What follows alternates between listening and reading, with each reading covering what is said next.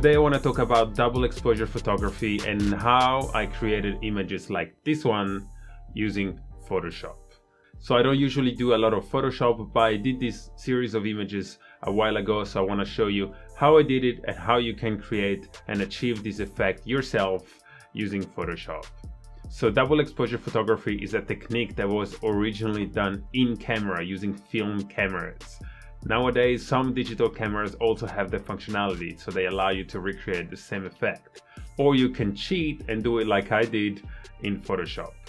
The first thing you need is the images. For this series, I wanted to have photos of my city and blend them with photos of people. So I went out around the city, I took a lot of photos of buildings and monuments and streets I like, and then I took a few photos of my friends and other people. Now that we have our photos, let's jump into Photoshop and I'll show you how to put them together. Okay, let's get into it. So I have two images here. I have an image of the subject and I have an image that I took on the street, and then we're gonna blend these two. So the first thing I'm gonna do is I'm gonna open up the image of my subject. So if it's a raw image, it's gonna open up in Camera Raw. It's a terrible image, as you can see. It would be a lot better if the background was white and it was a good image. The colors are terrible, but we're gonna be desaturating this, make it black and white. I'm gonna make it a bit more contrasty as well, be more punchy, and make the background a little bit more white, so to fix it a little bit. So once I'm happy with it, I'm gonna click Open Image, and this is gonna open my image in Photoshop. I'm just gonna crop it a little bit because I just want like a smaller image. Now there are several ways to separate the subject from the background. One way to do it is to use the quick selection tool up here in the toolbar and then make it a bit bigger, and then you can just kind of go around it and then refine it.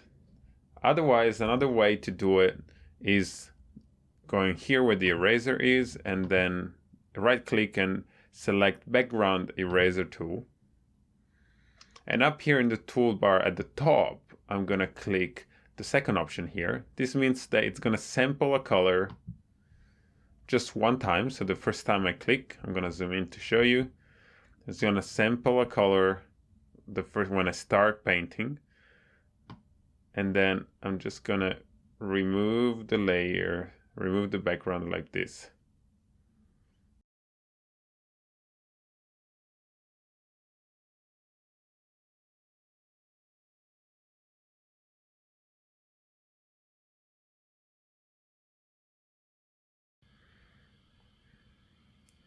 Now, once I'm done, I'm gonna go at the bottom right here corner and then click on create a new layer.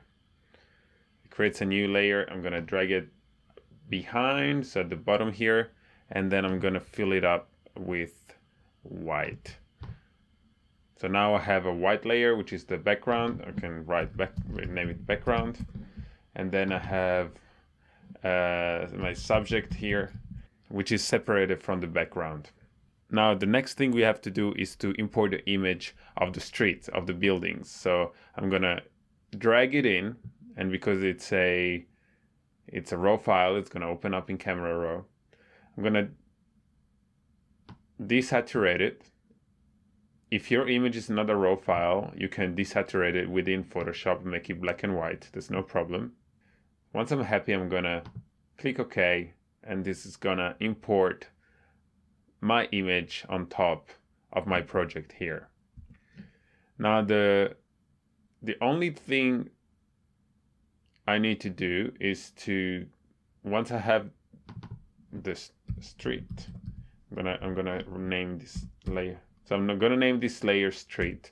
And the only thing I need to do is on top here in the blending modes, change it from normal to lighten. And this gives you the effect, the double exposure effect. Now, if you click on Command T, you can then drag it around and resize it. Once I'm happy, I'm going to click Enter.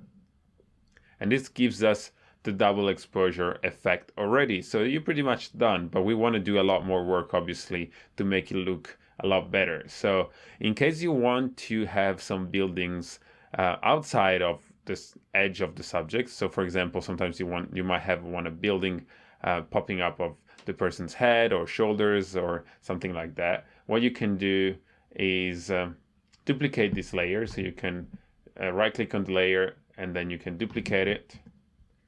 And what I'm going to do is I'm going to drag it behind my subject, so at the bottom here, and then change the blending mode from lighten back to normal. So now it shows the whole image again. What I'm going to do is, with the layers always selected, I'm going to go at the bottom here and click on this icon, this little icon that adds a layer mask to it, and fill the layer mask with black. That means it hides the whole layer. And then with a soft white brush, you can go and kind of reveal some more of the buildings that you might want to show, if you want to, depending on the photo you're using. In this case though, I'm quite happy with this. So I just showed you this in case you want to do it for your own image. But for this image, I'm just going to keep it this way without this layer here. Next thing I want to do is, obviously I want to show a little bit more of the features on the face here. So what I'm going to do is I'm going to click the top layer with the street photo, and I'm going to add a layer mask to it, and a white layer mask. And then with a soft black brush this time, make sure it's a soft brush, and the flow you can have it around 15 or something like that. You go and you hide the parts that you want to hide. So I just want to show the face, obviously. And you can hide also other things in the image that you want to darken or make it less obvious, or that you don't like.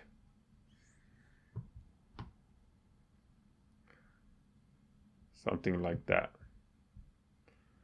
If you change your mind, you want to add some more, then you can change it to a white brush and paint it back, paint the details back again.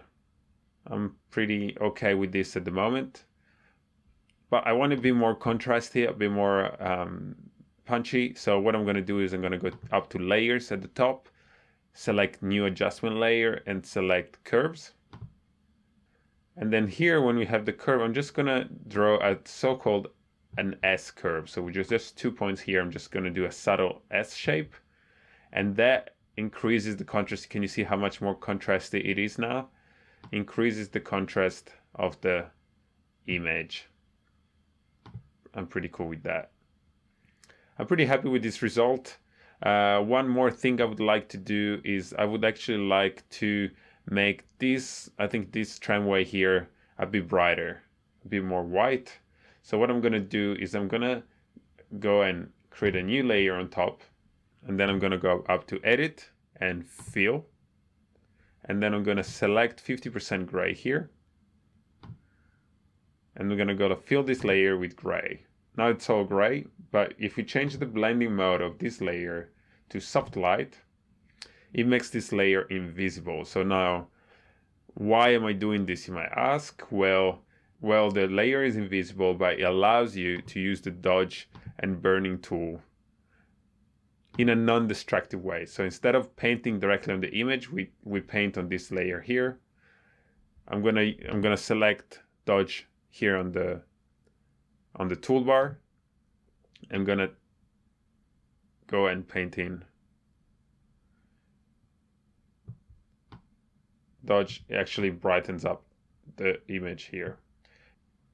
Now, if you want to make it be more cool, you want to add a few finishing touches, what you can do is you can go to search for some clouds images that you can download. I like maybe this one.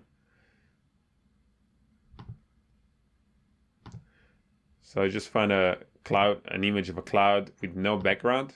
So I'm just gonna right click, copy image, go back to Photoshop, hit Command V, and it pastes my image within my project, and then hit Command T to scale it down and move it around as I want them to be. So I'm gonna have it maybe here. I think that's pretty cool. And then we duplicate it, here. I'm putting another one here. Let's try find a cool image of a plane, or you can add birds if you want. Just to have fun with it, see how it looks. Just find an image of a plane with no background. I'm gonna copy, I'm gonna back to Photoshop, I'm gonna hit Control or Command V to paste it.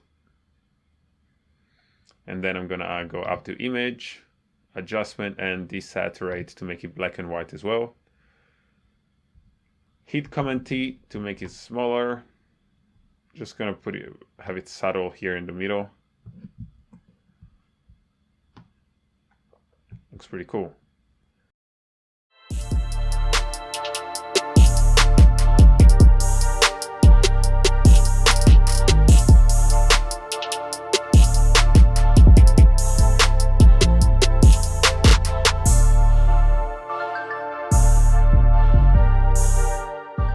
So this is it. This is how the final image looked like. I hope you enjoyed this tutorial. If you're going to do it yourself and recreate some double exposure images yourself, send them to me via Instagram. I'd love to see how they turn out and how your images look like. Having said that, I'll see you in the next video.